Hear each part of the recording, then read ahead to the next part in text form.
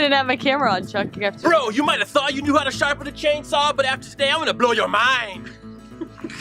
Is that what we need to do? That's perfect. Have to do a Slim Jim. Oh yeah. This is how we chop our firewood. One tiny piece at a time. It takes me 17 hours.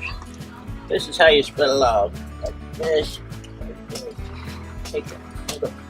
There we go. Over to the corner.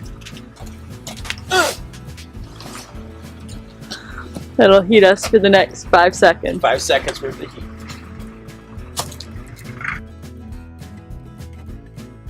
Hello, I'm Ben. I'm Chuck, HesitantHomesteader.com. So today we thought we'd run through real quick kind of a how-to / product review on how we now do the sharpening of our saws, our chains here on the homestead. Okay, a lot of guys, if you're at home and you have everything is nice and clean and easy to use, you use a bench vise. You'll clamp right on the bar down here like this. The bench vise will go like this, and then you just run through your chain. I do that occasionally, but most of the time I'm sharpening in the field or out in the woods, so we tend to use a little bit different methods for that. And that's where this comes in handy. There's different versions. Probably every chainsaw manufacturer has their own. I like Stihl, so I bought a Stihl brand. I don't know what this is made out of, but I can tell you it's been very durable. This has been outside in a stump in my yard all winter and no signs of rust on it. So the idea of this is real simple. You just find yourself either a tree stump, maybe off of a tree you just had cut down, or a nice log like this that you just bucked, and just get that on the side and tap it in.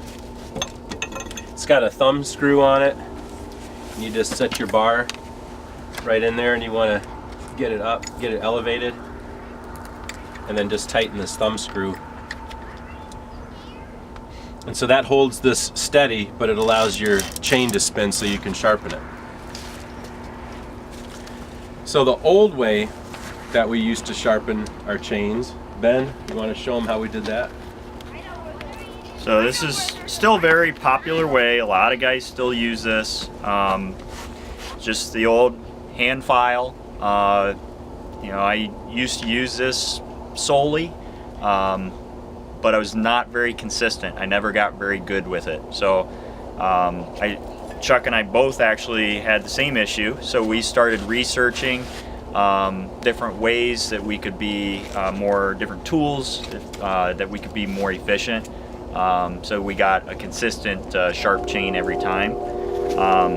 The other downside with this is you run through your chain to sharpen your teeth with this, and then you also have to do it again. You have to go through using this for your rakers, and it's a lot more time consuming. So what we found, actually Chuck found it, is and there's several different manufacturers, but there again we kind of stuck with the Stihl product. This is kind of an all-in-one sharpener. You run through your saw, run through the chain once, and it sharpens both the teeth and files down your rakers to the proper height. Yep, so I can show you on my saw, since it's here. This is typically what I'll do. I'll get another log to sit on, and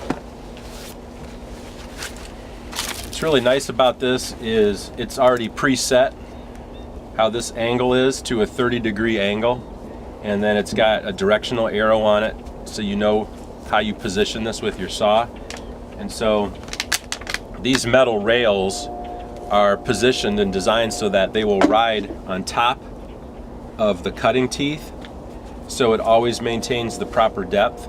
And then the flat file that's built in is positioned so that it will always, as you cut the tooth, it will automatically cut the depth gauge so it's got the proper clearance at all times.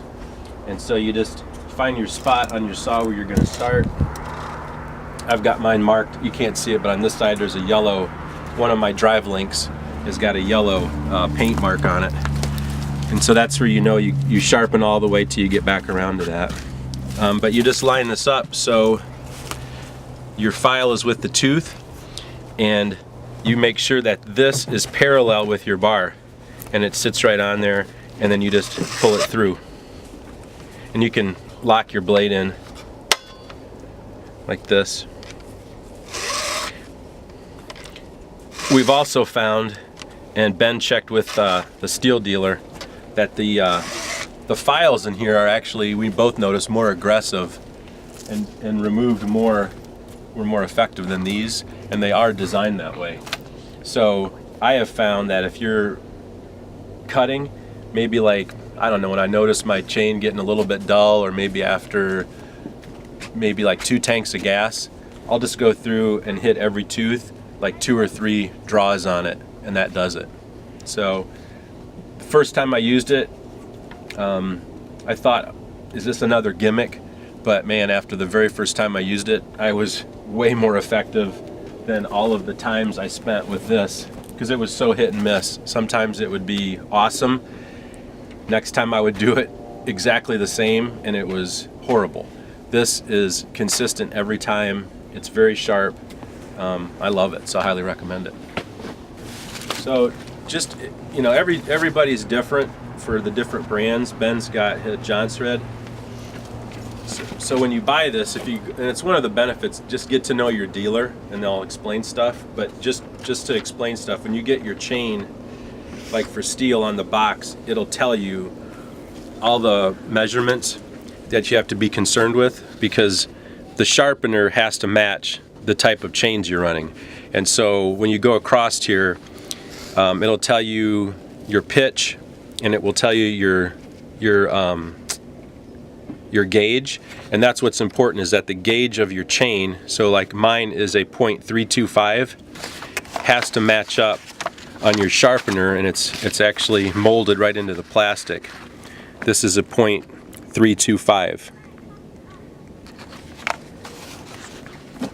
And then if you ever happen to go onto the Stihl website, I just printed this and I keep it at home, but it gives you a breakdown for every model of saw, what all the measurements are, and then they use a code that's printed on their boxes. So if you ever only have the code and you can't see these measurements on their website, this deciphers it for you. So that's pretty handy. So everybody has their own way of doing things. There are many different ways to sharpen a chainsaw, and there's many different ways that are actually probably correct. This is what's working for Chuck and I, so we just wanted to kind of share that and maybe help some people out.